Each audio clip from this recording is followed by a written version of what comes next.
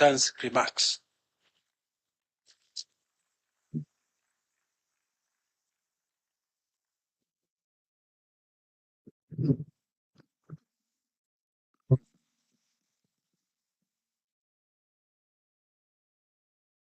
Your Excellency, my very dear brother, Dr. William Samuel Ruto, President of the Republic of Kenya, CGH. To clap for the President. His Excellency, Professor Kithure Kindiki, EGH, the Deputy President, Honorable Dorcas Agig O Oduo, the SCEBS Attorney General, Honorable John Mbadi Ngongo EGH, Cabinet Secretary, National Treasury and Economic Planning, Lieutenant General John Omenda Mugaravai, Vice Chief of Defense Forces, Dr. Chris Kriptu, PhD, CBS Principal Secretary of the National Treasury and Economic Planning, Dr. Koreo Singh Oye, Principal Secretary of Foreign Affairs, Mr. Patrick Mariru, CBS Principal Secretary of Defense, distinguished ladies and gentlemen. Good morning, Habariza Asubuhi. Your Excellency, President Ruto, I am most grateful to you, sir, for your conferring on me today the prestigious honor of the Chief of the Order of Golden Heart, CGH, Kenya's highest and most distinguished honor. I'm greatly humbled by your incredible kindness. What a great honor. What a rare privilege. What a historic recognition. Thank you. Thank you. Thank you, Your Excellency, Mr. President. It is such a joy to be back here with my dear wife and your sister, Grace, in Kenya, a nation that I love, and to be in the State House with a president who is my dearest brother and friend. They say home is where your heart will always be. I consider Kenya as my home. After all, I lived and worked here in this beautiful country for about 9 years, starting from my days working with the Rockefeller Foundation and the Alliance for a Green Revolution in Africa, AGRA. I have been back here ever since, so I can claim to have been working in and on Kenya for at least 20 years. The friendship between myself and His Excellency President Ruto goes way back over those 20 years. As we say in Kenya, tumetoka mbali, we have come from far. Yes, we have come from far, Mr. President, since you were a much younger Minister of Agriculture under the then government of President Y. Kibaki. Your predecessor, former President Kenyatta, was then the Deputy Prime Minister and Minister of Finance. I recall the very frequent and engaging discussions between us on how to improve the quality of life of Kenyans. From seminars to workshops and conferences, we engaged intensely. I was not just working in Kenya, I was a Kenyan by mind, heart, and soul as I immersed myself in this beautiful country of Kenya. I remember then that I was later appointed as Minister of Agriculture in Nigeria. Then I came along with His Excellency President Goodluck Ebele Jonathan on a state visit to Kenya.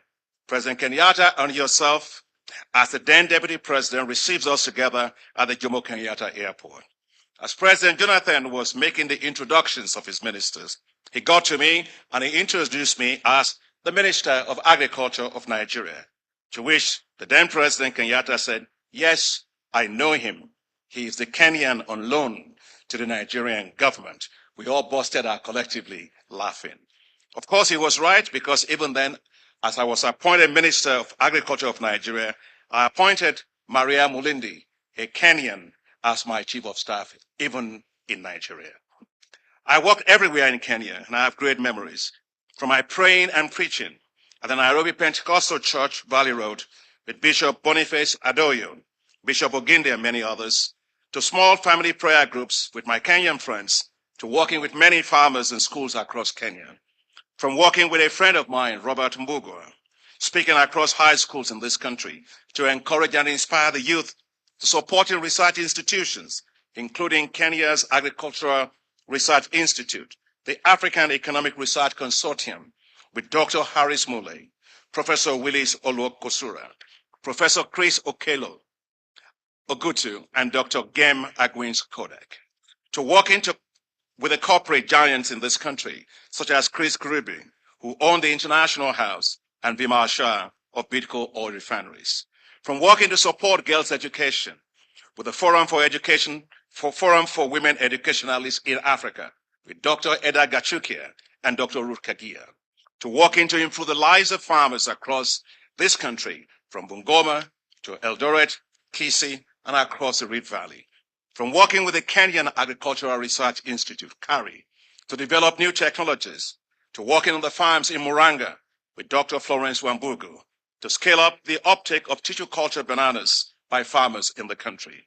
I recall my work launching the development of agro-dealer networks across Kenya with Dr. Caleb Wangia of the then Agricultural Market Development Trust, AGMARC, as we rapidly expanded availability of farm inputs for traders across Kenya. I was so driven and so much wanted things to change positively for Kenyans.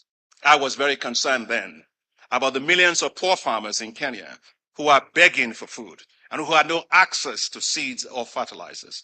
I wanted to see a national program to provide subsidized seeds and fertilizers for poor farmers across Kenya. The then PS of Agriculture, Dr. Romano Kiome, and the then Minister of Agriculture, Kiproto Arap Kruan, became allies then and agreed. But it was not a popular move.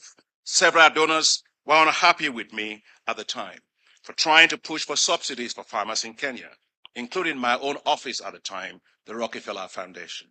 I was even told that if I did not back off, I could lose my job. I was not deterred. So I said, if trying to help the poor is a reason to lose a job, I cannot think of a better way, a more honorable way to lose a job, fighting for the poor. I recall going to one of the meetings of donors at the time to push for this. And as soon as I raised the issue, the chair of the session simply said, "Next agenda item, please." I retorted that if I had been the Minister of Foreign Affairs of Kenya, I would have sent all of you back home because you spend most time on the beaches and not even having a heart for the poor people of Kenya. When His Excellency William Ruto was then appointed as the Agricultural Minister, I asked for an urgent meeting with him. You need to know something about this man, the then Minister Ruto, now President Ruto of this country. He is a man of action. He is relentless, and he will push until he gets things done, but he does get it done. He did not wait to visit with me, for me to visit with him at the Kilimo House. He made his way to my own office and met me there at 7:30 in the morning. That was how collectively myself and him, we developed and rolled out what is called the Kilimo Plus program to provide subsidized farm inputs for over 2.5 million poor farmers in the country. We went even further, myself and the president, then Minister Ruto, when I was at Agra, developed and rolled out what is called the Kilimo Biashara program, which provided financial guarantees, facilities for banks across this country to reduce the risk of lending by commercial banks to Kenya. It worked to Kenyan farmers. It worked so well that it was supported. It supported many banks, such as Equity Bank, working with James Mwangi to rapidly expand their lending to the agricultural sector, from its humble beginning to becoming what it is today, for which I am very, very proud. And Mr. President, thank you for your tenacity at that time, because without your support and tenacity, this will not have happened. I recall my work with Kenyan colleagues as we developed at the time what was called the Kenyan Agricultural Commodity Exchange, with Adrian Mukibi, Albert Wesonga, to provide market price information for farmers in the country using mobile phones. I remember working with the mayor of Bungoma at the time to set up the commodity exchange in a place called Chwele Market, so farmers could bulk their maize and sell graded maize with quality at the exchange, working at the time with a guy called Eusebius Mukwana, who was then later a senator. I worked so well as the middlemen could not rip off farmers anymore, Mr. President. In fact, it worked so well that some disgruntled middlemen vandalized some of the commodity kiosks. One day, Mr. Kofi Annan, the then United Nations Secretary General, he was at the time the chairman of the board of directors of Agra, visited the Chwele market. He was so amazed, Mr. President, as he used his mobile phone to make orders via the exchange. He turned to me and he said, "This is the Chicago Board of Exchange in Village in Kenya." I tried so hard to be Kenyan, so much so that I started running at the Jaffrey Center in the early mornings and on weekends. If only I could run like those long distance runners of Kenya, maybe I could become a Kenyan by running. And I failed miserably, as I could not keep up with them. So I told myself, Mr. President, let me just take being a Nigerian. At least I know that Nigerians may have a better opportunity of beating you in football, because I know that the field is too short for Kenyans to run in football. As the president of the African Development Bank, I am proud that my colleagues and I have been running with Kenya and scoring development goals with Kenya. Kenya has, Mr. President, a special place in the history of the African Development Bank since its establishment in 1964.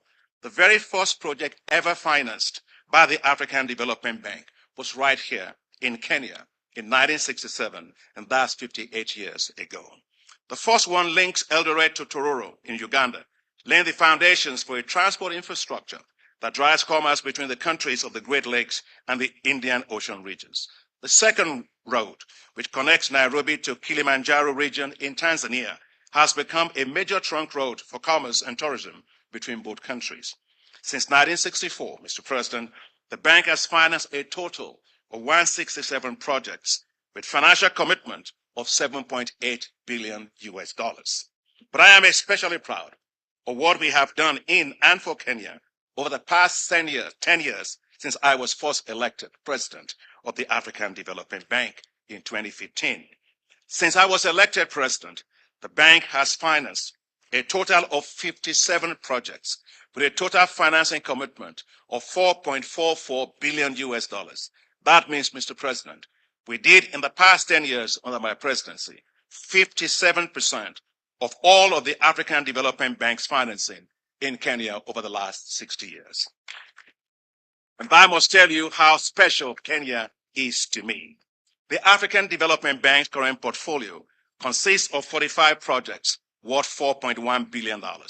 And these projects, Mr. President, are having huge impact across Kenya. For example, the bank supported last mile connectivity project for electricity has helped to increase the population of Kenyans connected to the national electricity grid from 41% in 2014 to 76% in 2024. Put simply, the electricity connections increased from 2.42 million households to 9.7 million households. Many of you may not know that the bank helped to make this happen. You are not alone. On one of my field trips to the Rift Valley together with Cabinet Secretary then at the time, Charles Kitter, we walked down a dusty road in one of the villages that benefited from the last mile connectivity project. Right in front of us was an elderly woman whose name was Grace, not my Grace, that's my wife. She was asked by the Cabinet Secretary if she knows the African Development Bank funded the connection of our village and other villages and households to the electricity grid. She said, "I do not know the African Development Bank." When further asked if she knows Dr. Adesina, the president of the African Development Bank, she said, "No, I do not know him, and where is he?" Of course, I was right beside her. She then said, "All I know is that we once were in darkness, and now we have light." With Kenya participating, Mr. President, under you in the Mission 300 launched by the African Development Bank and the World Bank to connect 300 million people to electricity by 2030, Kenya is definitely on course to achieving 100% access to electricity by 2030.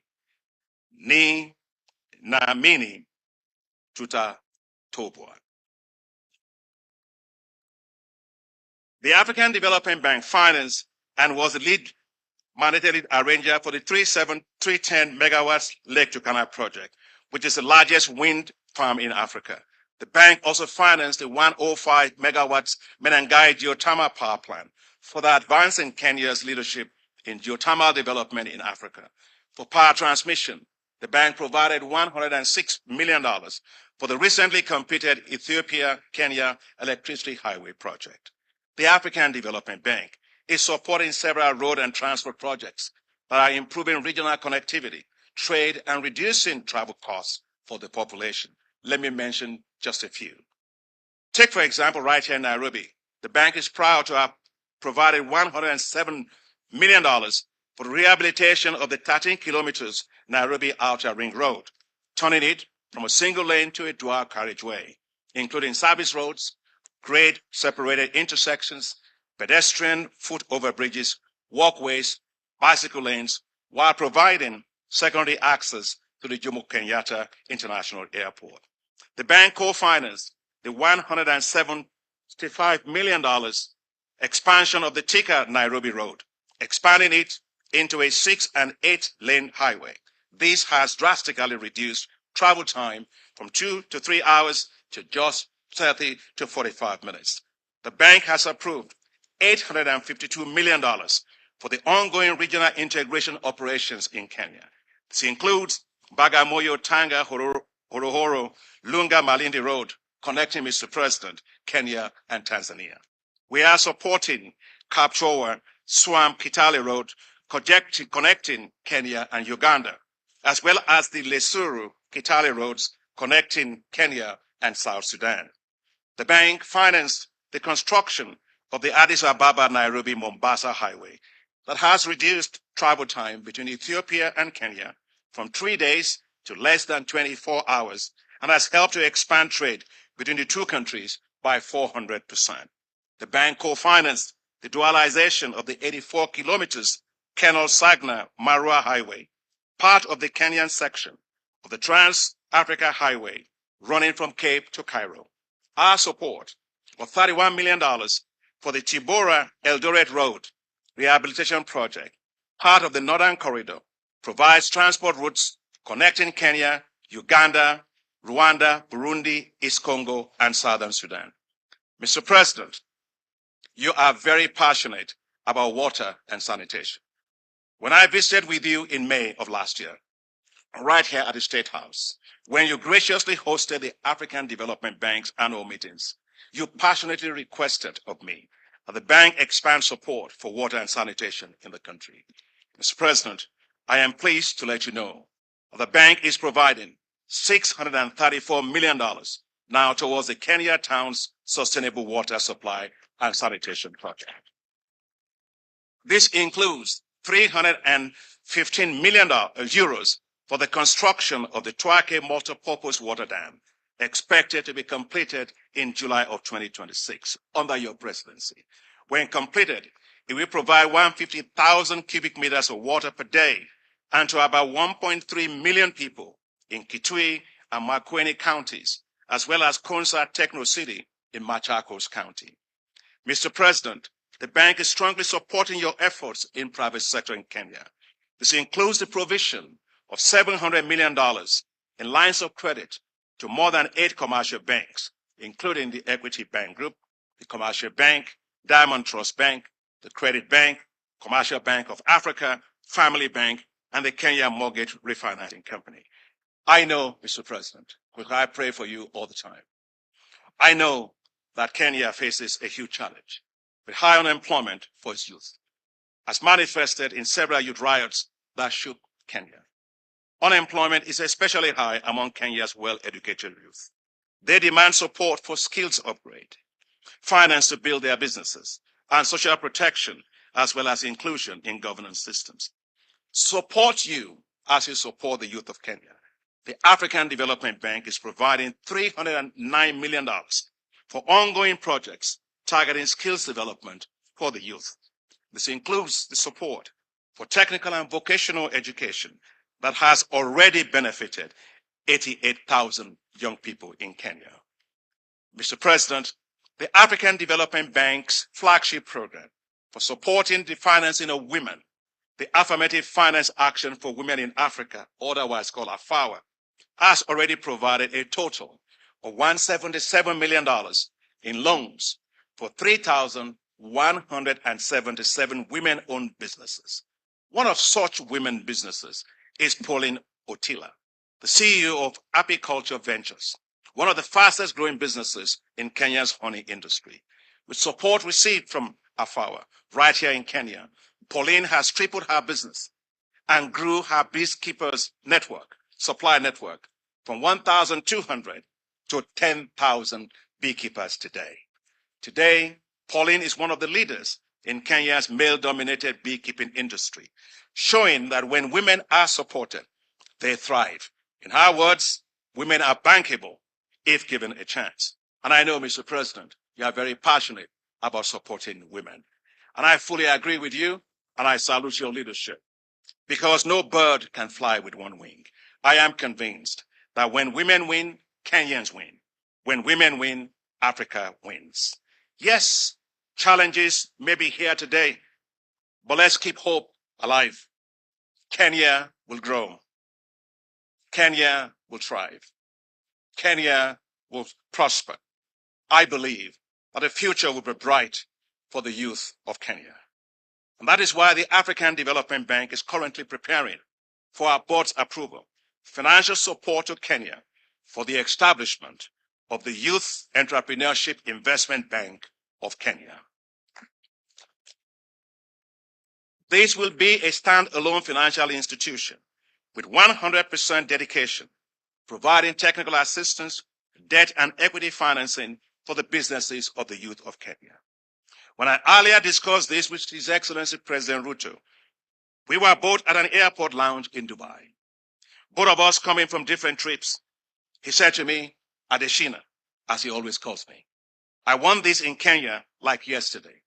And true to his words, within 48 hours, I received a formal letter of request from President Ruto for the African Development Bank to support the establishment of the Youth Entrepreneurship Investment Bank of Kenya. So to the youths of Kenya, you are not alone. The African Development Bank and our partners will work very closely with President Ruto and the government to boost opportunities for the youth in Kenya. Working with President Ruto and the government of Kenya, the goal is simple: build youth-based wealth in Kenya, as the president told me. So as you can see, Mr. President, today, my heart has always been in Kenya. I am therefore immensely honored by you, President Ruto, that you are conferring on me today, and you have conferred on me today, Kenya's highest and most distinguished for the rest of my life. It will be a constant reminder that the country that I love so much, Kenya, loves me back, appreciates and celebrates my leadership at the African Development Bank, and values and honors the incredible contributions of my staff and colleagues, our board directors at the African Development Bank. On behalf of my dear wife and your sister, Grace, the boards of directors of the African Development Bank, our board of governors, the management and staff of the African Development Bank, and on my own behalf, I accept this honor with great humility. May God bless you, my dearest brother, President Ruto. Asante sana, Mheshimiwa Rais Ruto. May God bless the good people of Kenya. Mungu aibariki Kenya. God bless Africa. Mungu aibariki Africa. With all my heart, now the golden heart. Thank you very much. Asante sana.